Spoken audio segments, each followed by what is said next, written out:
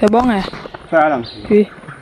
Ok, là nous sommes du côté de Yaoundé, plus précisément à Mébougou, pour installer le rucher sur la route. Soit Mébougou, pour installer le rucher de Papa Frédéric.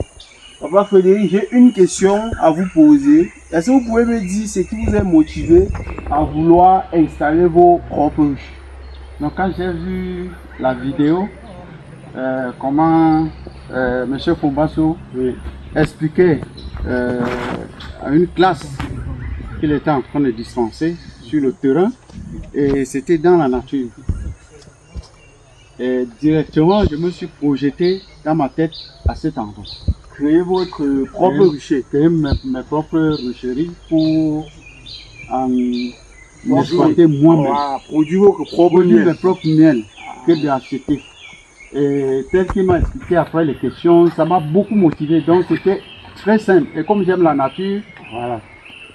C'est ça qui m'a le plus excité. L'endroit où il dispensait les cours à temps. Voilà. C'est presque comme ici. Un petit rucher de ce genre. Oui. Ça c'est pour commencer. Voilà. Je me dis, ça c'est ici. Moi je vais apprendre sur mes propres ruches. Voilà.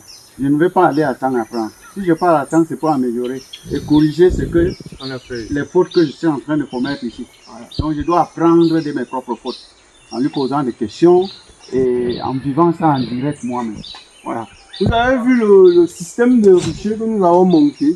Donc pour ceux-là qui prennent parfois pour prétexte qu'ils n'ont pas d'espace pour se lancer en habit. Vous avez vu, nous avons installé ce petit rucher sur un espace de moins de 10 mètres carrés. Vous avez vu, on a fait un système d'étagères à 2 niveaux. Au premier niveau, nous avons 5 ruches. Au second, 5 ruches. Avec ce système, quand les ruches du dessus vont coloniser, si par exemple cette ruche colonise, vous pouvez la descendre, la mettre ici et faire monter l'autre. Okay. Ça, c'est l'avantage de ce système de rucher avec ce système d'étagères. Donc, c'est très facile à manipuler. Même lors des récoltes, vous pouvez décider de descendre votre ruche ici, de mettre ça avant de récolter. Avant de faire remonter. Vous utilisez simplement une petite échelle. Et vous récoltez votre miel.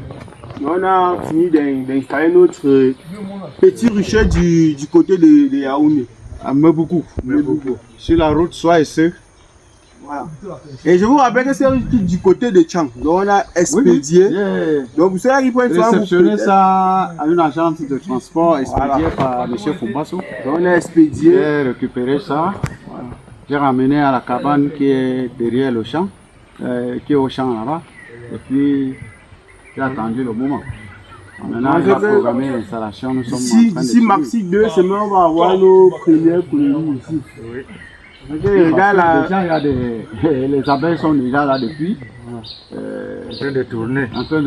Je suis surpris qu'un endroit où nous travaillons tous les jours, c'est vrai qu'habituellement, parfois, il y a les abeilles qui nous embêtent parfois ici.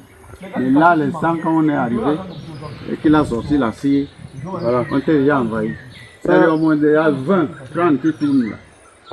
J'ai aussi fait une remarque, j'ai remarqué ça sur une zone à fort potentiel apicole. J'ai eu à remarquer beaucoup de plantes nectarifères. Par exemple, le bokassa. Oui. On retrouve beaucoup le bokassa du côté du Mont Bamouto. Là où on fait souvent les 3 tonnes de miel en décembre. Et on retrouve du bokassa là. J'ai eu à retrouver. Non, ici c'est dans le centre. Voilà, c'est une herbe qui pousse à presque 80% partout. Voilà, dans la région du centre. On espère le même rendement du côté de Mébougou. Donc, on espère le même rendement que le rendement qu'on a du côté de Mont Bamouto Sandexa. Il y aura même plus. Vous avez vu ces arbres là? Oui. Vous êtes venu au mauvais moment parce que quand les arbres produisent, fleurissent. Partout là, il y a plusieurs de fleurs rouges. Tout ça. Parfois, je me tiens souvent là-bas, je filme. Ça, c'est très bon à voir.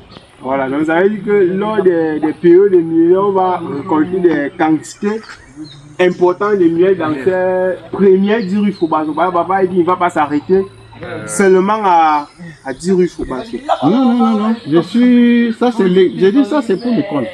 C'est juste pour l'école. Pour apprendre. Donc moi-même, vous avez vu même, vous voyez vous-même tout le long du cours d'eau, non? Voilà, Tout ça là, je vais aligner ça là. Et les étudiants ont aussi montré que quand on installe un rucher près d'un cours d'eau, l'eau adoucit les abeilles. Donc là, on remarque que les ruchers qui se trouvent près d'un cours d'eau, les abeilles sont beaucoup plus dociles. Et les abeilles qui se trouvent par exemple au sommet des côtes là, ils sont beaucoup plus agressifs par rapport aux abeilles qui sont près d'un cours d'eau comme ça. C'est ça qu'ils choisissent le rucher là où le cours d'eau passe juste à côté.